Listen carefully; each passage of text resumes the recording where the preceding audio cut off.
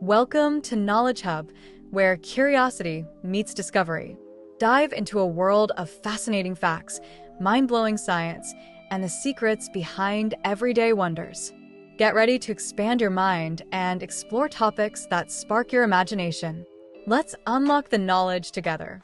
I've been having this dream, a nightmare really, about a tree that looms over me, twisted and gnarled, its branches reaching out like skeletal fingers.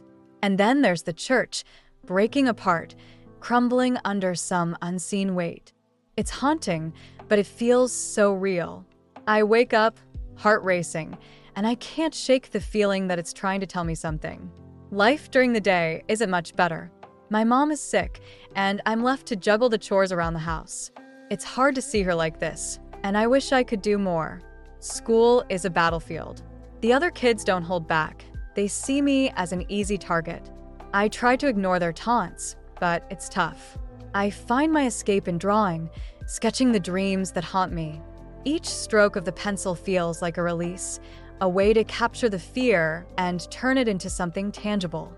Then one night, everything changes. I'm in the middle of another nightmare when the monster appears. At first, I'm terrified. It's massive, with eyes that seem to glow in the dark. But instead of attacking, it wants to befriend me. It offers to share stories, and I'm drawn in, curious despite my fear. The monster tells me about a kingdom, a place ruled by a king who was once noble but lost everything to an evil queen. The prince, the king's son, is on a quest to reclaim his throne. I can feel the weight of the prince's journey, the struggles he faces. It's like I'm living it alongside him. The monster's voice is deep and resonant, weaving tales of bravery and loss, of battles fought and friendships forged. As I listen, I realize that the stories are more than just entertainment. They reflect my own struggles, the bullying, my mother's illness, the fear that grips me at night. The prince's journey mirrors my own fight against the darkness in my life. I start to see the monster not as a creature of fear, but as a guide, a companion in my loneliness. With each story, I feel a flicker of hope. Maybe I can find my own strength, just like the prince. Maybe I can face my fears, not just in dreams, but in reality. The monster encourages me to embrace my pain, to transform it into something powerful. It's a lesson I never expected to learn from a creature of nightmares. As the nights pass, I find myself looking forward to our meetings. The monster becomes a friend, a source of wisdom. I realize that I'm not alone in my battles. I have the power to shape my own story, to reclaim my kingdom, just like the prince. And maybe, just maybe, I can find a way to heal my mother and stand up to the bullies. In the end, it's not just about the dreams or the monster. It's about finding courage in the face of fear, about understanding that even in our darkest moments, there's a light waiting to break through. I'm learning to draw not just my dreams, but my own path forward, one story at a time. I never thought I'd be here, standing on the edge of everything I know, feeling so lost. My mom's health is slipping away, and it's like watching a slow-motion train wreck. Every day, I see her struggle, and it tears me apart. I'm supposed to be strong, but inside, I'm just a mess of anger and confusion. Living with my grandmother feels like a punishment. She means well, but she doesn't understand. It's hard to talk to her about what I'm feeling.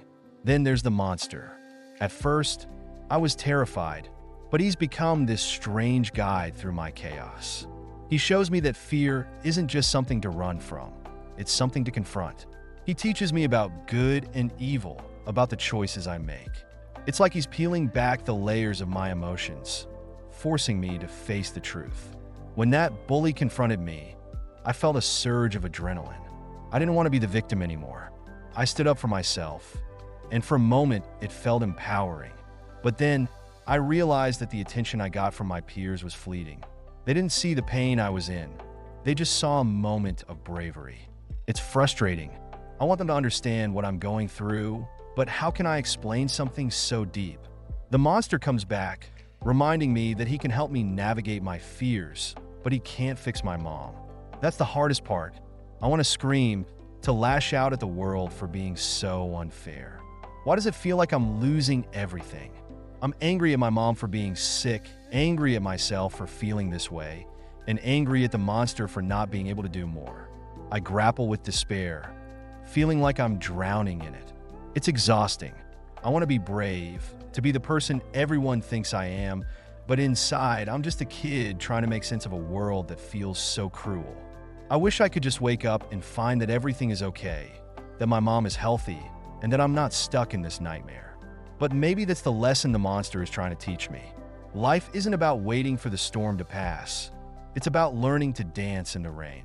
I have to find a way to embrace my feelings, to let them guide me instead of drown me.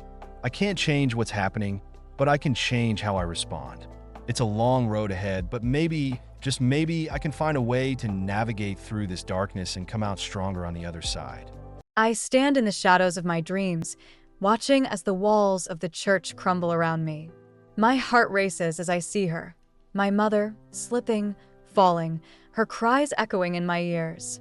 I reach out, desperate to save her, but my hands grasp nothing but air. I feel the weight of failure crushing me as I watch her disappear into the darkness. The monster beside me, a figure of both fear and understanding, urges me to voice my pain.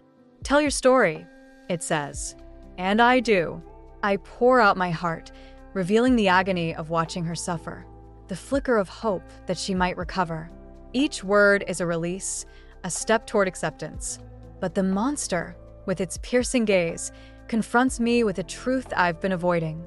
It's tired of her suffering too. It wishes for her pain to end, even if that means letting go forever. That realization hits me like a tidal wave. I've been clinging to the hope of her recovery, but what if that hope is just a mask for my own fear? I feel the bitterness of that truth settle in my chest. It's a struggle, a battle between love and the harsh reality of her condition. The monster shares its stories, each one a reflection of its own struggles. The first is of a prince who, after much turmoil, becomes a good king. He learns that true strength lies in compassion and sacrifice. Then there's the greedy doctor who, after a life of selfishness, finds redemption in helping others. His journey teaches me that it's never too late to change. And finally, the story of the invisible man who feels utterly alone in a crowded world. He learns that connection is what truly matters, that vulnerability can lead to strength. These stories resonate with me. They mirror my own journey of acceptance. I realize that I'm not alone in my pain. The monster, despite its fearsome appearance, understands suffering. It knows the weight of loss, the struggle to let go. As I reflect on these tales, I begin to see my own path. Acceptance doesn't mean giving up. It means finding peace in the chaos. It means acknowledging my fears, my pain, and the reality of my mother's condition. I can't save her from everything, but I can be there for her, holding her hand as she faces her own battles. In this moment, I understand that love is not just about holding on. Sometimes it's about letting go, allowing the ones we love to find their own peace, even if it's hard for us to accept. The monster's presence is no longer just a reminder of my fears. It's a guide through my journey of acceptance. I remember that night vividly.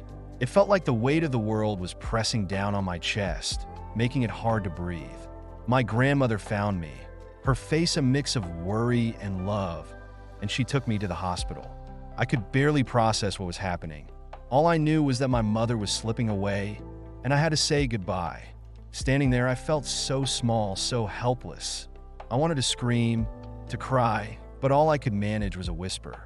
I told her I loved her, hoping she could hear me, hoping she could feel the truth in my words.